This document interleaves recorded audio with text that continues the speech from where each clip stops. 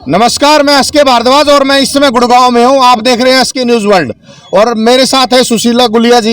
ये आम आदमी पार्टी की जिला अध्यक्ष हैं और इनके साथ आपको भीड़ दिखाई दे रही है और ये महिलाओं की आवाज़ उठा रही है। आपको मैं एक मामला दिखाना चाह रहा हूँ। मैं इस समय शीतला कॉलोनी में हूँ जो ई ब्लॉक में है और आप देखिए इस साइड में मकान तोड़ा गया है। नगर निगम की ज़बरदस्ती देखिए आप, ये मकान तोड़ दिया गया है। भीड़ इकट्ठी हो गई है और मैं कैमरामैन से कहूँगा मकान दिखाइए, क्या मामला है और ये मकान क्यों तोड़ा गया है। यहाँ पे इनकी आवाज़ उठाने के लिए मेरे साथ है सुशीला गुलिया जी जो आम आदमी पार्टी की जिला अध्यक्ष है महिला विंग की। आइए उनसे बातचीत करते हैं। मैम नमस्कार।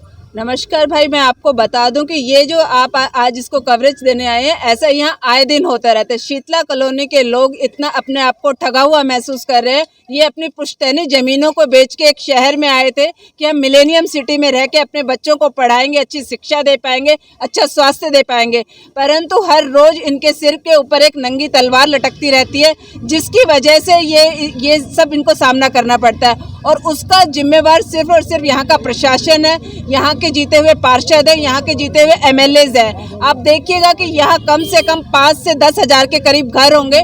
50-50 गज के यहाँ पे घर बने हुए हैं। इस कॉलोनी को 900 मीटर का दायरा देकर हर दूसरे दिन यहाँ पे नगर निगम अपना पीला पंजा लेके पहुँच जाता है ताकि लोगों से पैसा वसूली कर सके।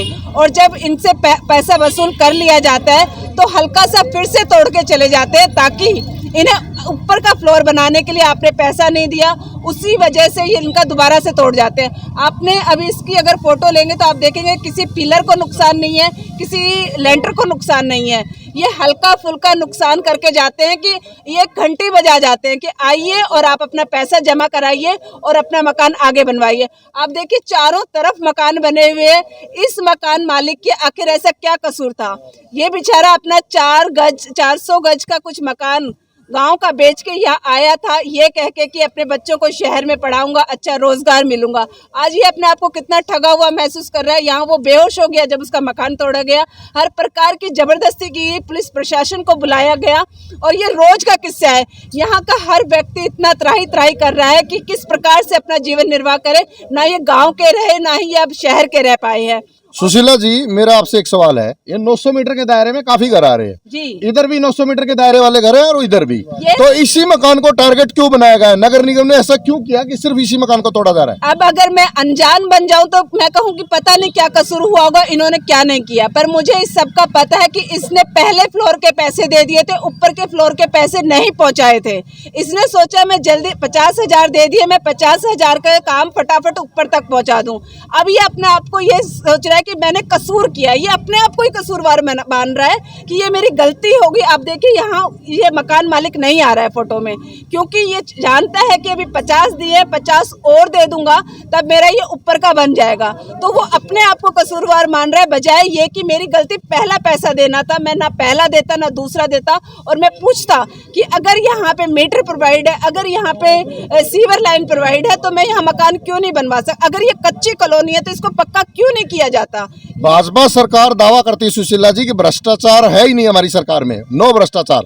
और फिर ये जो मकान तोड़े जा रहे हैं, नगर निगम पैसा ले रहे हैं, आप बोल रहे हो कि सरेआम पैसा मांगते हैं। सरेआम पैसा मांगते हैं ये लोग। कोई भी यहाँ पे अगर खड़ा हुआ भाई मेरा ये कह दे कि ये पैसा नहीं मांगते हैं तो मैं यहाँ से चुपचाप निकल जाऊंगी। पर आप किसी से भी पूछिए, हर व्यक्ति ने यहाँ पैसा दे के मकान बनाया हुआ है, इसलिए इनके मकान नहीं टूटे। और जो नए आए हैं जिनके पास पैसा कम है वो उनकी मांग के अनुसार पैसा नहीं दे पाता। आप मतलब अभी मैंने 2-4 लोगों से और भी बात की तो बोले कि अगर ये थोड़ा सा हमसे बात करता तो हम इसका थोड़ा कंसेशन करा के पैसा दिलवा देते और इसका मकान टूटने से बच सकता था। आप देखिए किस प्रकार की धांधलेबाजी है इस शहर में कि जनता मतलब कि कहाँ जाए।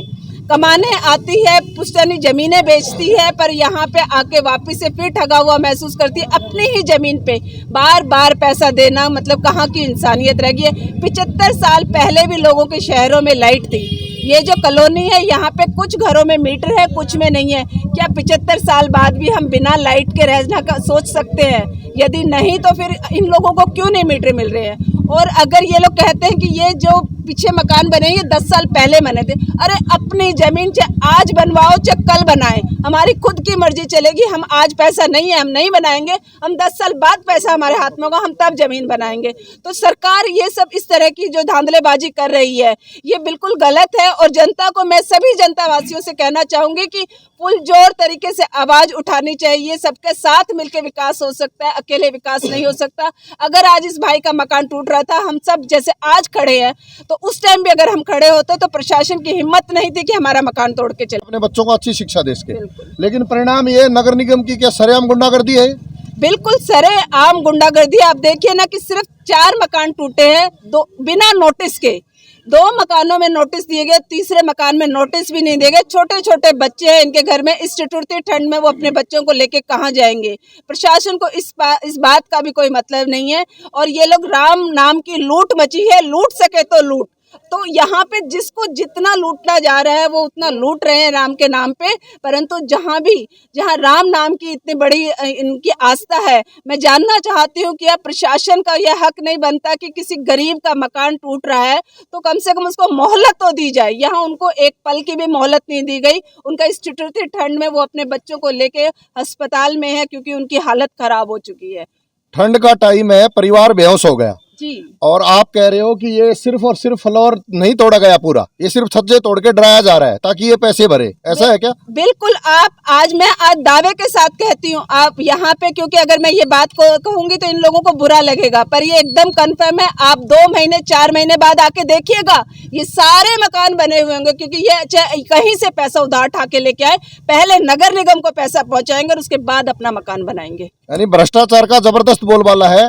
नगर निगम पैसे लेता है, अपनी जेब भरता है, कर्मचारी पैसे लेते हैं, अधिकारियों तक पहुंचाते हैं और फिर जिसने पैसा दे दिया उसका मकान नहीं तोड़ा जाता, जिसने पैसा नहीं दिया उस गरीब का मकान तोड़ा जाता है। साहब यहाँ सबके मकान बनेंगे, सबके बनेंगे, सब पैसा लेके आएंगे। जिसने अपनी जमीन खरीद ली वो उसके ऊपर मकान जरूर बनाएगा, चाहे उसको काले चोर के से पैसा लाके नगर निगम को खिलाना पड़े, वो हर हाल में उसको पैसा खिलाएगा। और चाहे वो अपने पड़ोसी के साथ दगा करे, चोरी करे, कुछ भी करे, वो इस मकान को जरूर बनाएगा क्योंकि उसने जीवन की जमा पूंजी उस जमीन को खरीदने में लगा दी है। सुशीला जी, भाजपा दावा करती है डबल इंजन की सरकार है, ऊपर भी हमारी सरकार, नीचे हरियाणा में भी खट्टर सरकार, और फिर ये ऐसा हो रहा है, हर आदमी के साथ जबरदस्ती हो रही है, ऐसा क्यों है?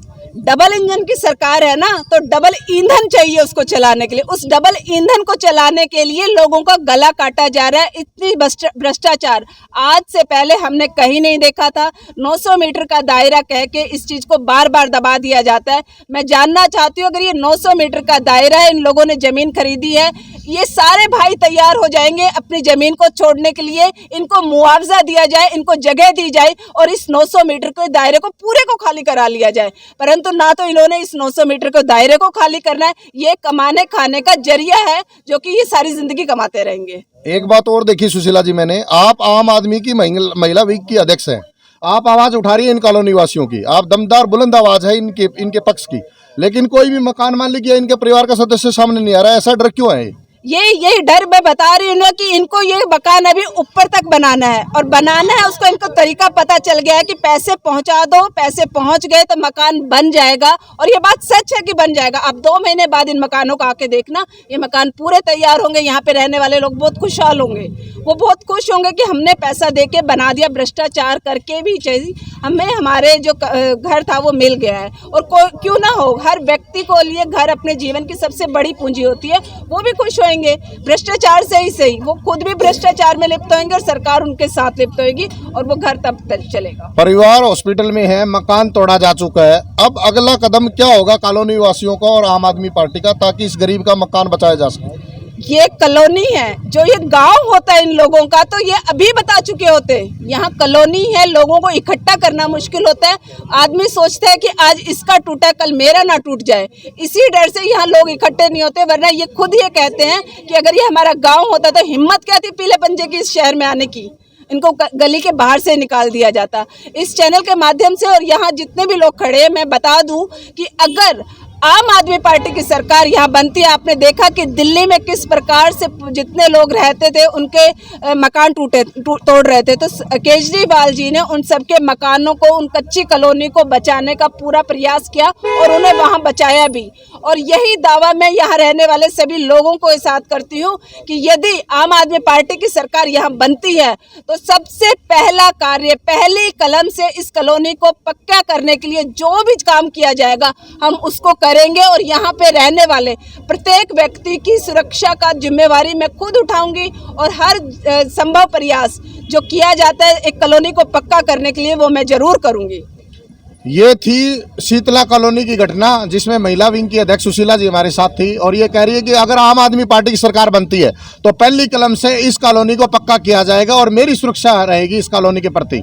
और आप देख रहे हैं नगर निगम की गुंडागर्दी, सरेआम मकान तोड़ दिया गया। फ्लोर के हिसाब से अगर पैसे नगर निगम के पास पहुंचते हैं तो मकान आपका सुरक्षित है, इसके आसपास के घर भी सुरक्षित है, अड़ोस पड़ोस के घर भी सुरक्षित है। लेकिन सिर्फ इसी मकान को टारगेट इसलिए बनाया गया कि नगर निगम के पास पैसे नहीं पहुंचे थे। भ्रष्टाचार के खिलाफ एक बुलंद आवाज सुशीला जी अभी हमारे साथ थी। आप देख रहे थे शीतला कॉलोनी।